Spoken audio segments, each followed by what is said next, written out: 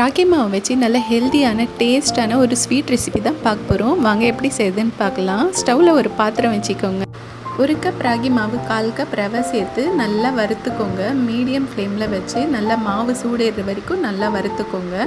இப்போ 2 table spoon நெய் சேர்த்து கட்டிகள் எதுவும் இல்லாமல் மீடியம் ஃப்ளேம்லேயே வச்சு நல்லா வாசம் வர வரைக்கும் வறுத்துக்கோங்க. அதை ஒரு பிளேட்டில் மாற்றிக்கோங்க. இப்போது அதே கடாயில் 1 கப் அளவு நாட்டு சக்கரை, 2 கப் அளவு தண்ணி சேர்த்து ஏலக்காய் தூள் சேர்த்து 2 நிமிஷம் கொதிக்க விடுங்க. இப்போ வறுத்து வச்ச ராகி மாவை சேர்த்துக்கலாம்.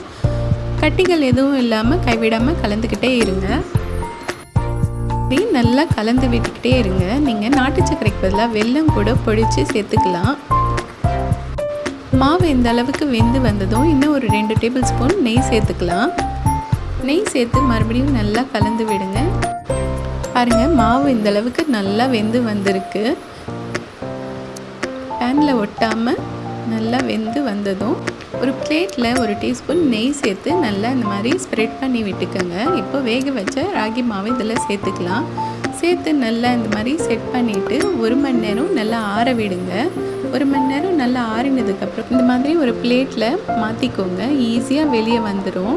பாருங்கள், நம்ம ஹெல்தியான சாஃப்டான நல்ல டேஸ்டான ராகி மாவு வச்சு செய்த ஸ்வீட் ரெடி ஆகிடுச்சு. ஈவினிங் ஸ்கூல் விட்டு வர பசங்களுக்கு இந்த மாதிரி ஹெல்த்தியாக செஞ்சு கொடுங்க. பாருங்கள், எவ்வளோ சாஃப்டாக வந்திருக்கு.